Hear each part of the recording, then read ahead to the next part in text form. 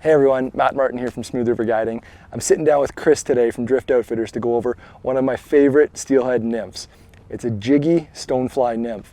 This is a nymph that you can dead drift, you can twitch, you can strip. It will put fish in your boat, tie up a bunch, and if you want to learn how to tie it, check out this video.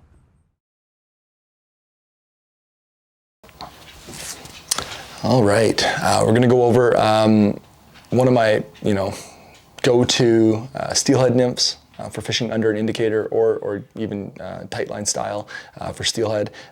One of the main insects that live in the rivers throughout the winter would be those multi-year insects, so stoneflies. You're going to find stoneflies that can be, an inch long, inch and a half long, that'll be hatching the following spring, so they're always on the menu. They come in a range of colors from black to brown to golden to like olive. We're going to tie a black Jiggy Stonefly today. It's just a buggy looking fly that gets their interest on a dead drift, but you can also add life to it by twitching it under an indicator or twitching it underneath your rod tip on a tight line rig. It's going to be tied on a 90-degree bend size 6 hook. So we're going to take this hook and we're going to place it in the vise to begin with.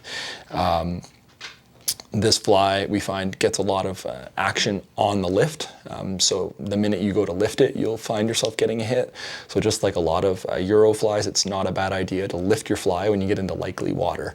It looks like it's a spot that could hold a fish. Give it a little 6-inch lift, little twitch, and it can result in some really aggressive takes. So what we're gonna do is we're gonna take some black thread. We're gonna start this just kind of by the eye. Just create a bit of a thread base. Now, in order to get the balance kind of feature, what we're going to do is take our 4mm tungsten bead. You can use it in many different colors. You can go bigger if you want. I find 4mm a good balance. And we're going to add it to like a seamstress pin with these blunt ends. We're going to slip that on the pin. And then I'm just going to take a pair of side cutters and just snip that pin a little shorter. So ideally, just shorter than the length of the hook. And there we go. Put that aside. We're going to tie that in off the front.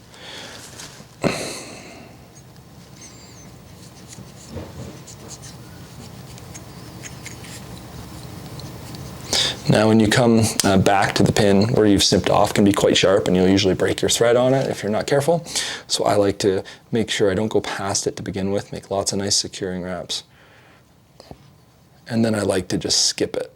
So come across with loose pressure for the first few, just so you don't break it off.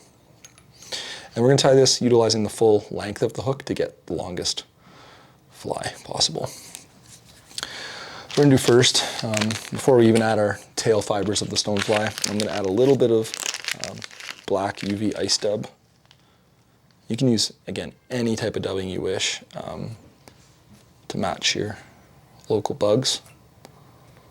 Heck, even one of the rivers I fish quite regularly doesn't really have a population of big stoneflies, yet this still works really well. We're going to create a little bump back here, just to help keep the rubber legging material splayed. We're going to use black rubber leg tied in about a hook shank length on the far side of the hook. And then I'm going to pull that around the other side to create the second leg. You can go a little longer than hook length if you'd like to make it really swimmy. I don't like to cinch down too hard on the rubber material. I find it can cut the rubber or cause it to splay out too much. I'm just going to cut those the same length, roughly. Yep, cool. And then we're going to add the same ice dub all the way through the body. One thing I found with this fly, creating it bulky is not a bad thing. So if you feel like, oh, that's too bulky, it doesn't look like, the natural insect. Some of these stoneflies quite wide.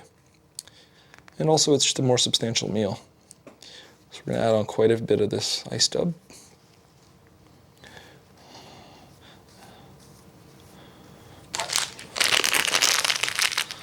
I'm probably going to go back and forth on it a few times to get the right body. And the 4mm bead will still take it down. So probably have to go back and forth a few times on this fly to create the right bulk, but that's totally okay. At the pin, gonna go in front of it now. That's what a lot of people would tie as a regular old stonefly width body, but I'm gonna double it up. And we are running a 4mm bead, so it can kind of handle the extra bulk of this fly and still get it down.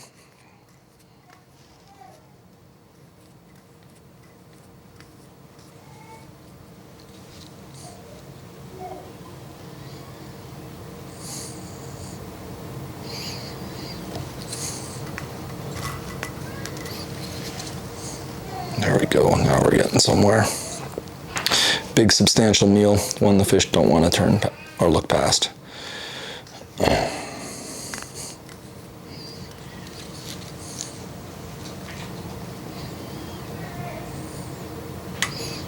All right, we're gonna tie that off for now. And we're gonna take another set of black rubber legs and tie them in on the left and right of the fly.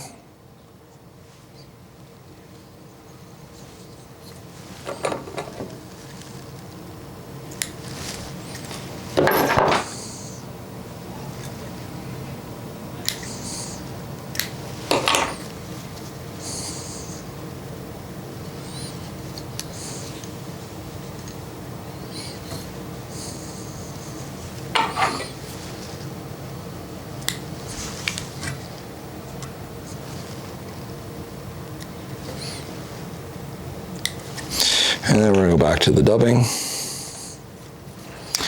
and create a bit of the thorax on the bug. We're keeping it quite large.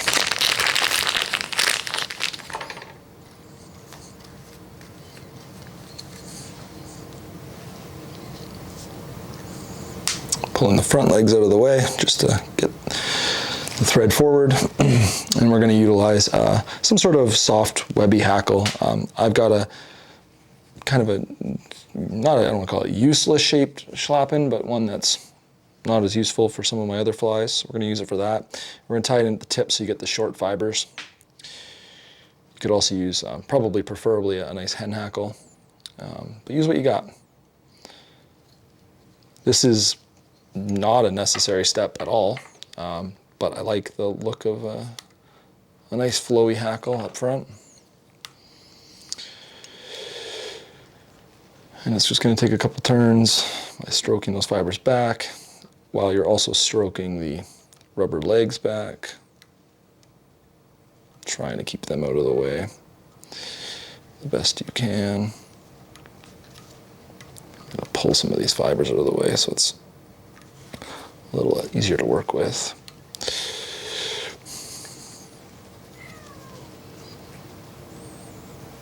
There we go. It might look a little freaky at this point. We're going to clean it up, bring all those fibers back.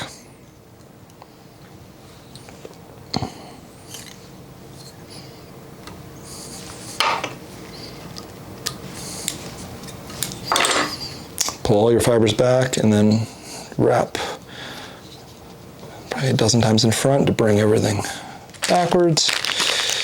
Add a little more ice dub to your thread. This fly, play with your bead colors. Sometimes a fluorescent hot pink or hot orange bead is also one that works quite well. Again, not natural, but great contrast. And then we're gonna finish it off behind the bead on the pin with the whip finish, not on the hook.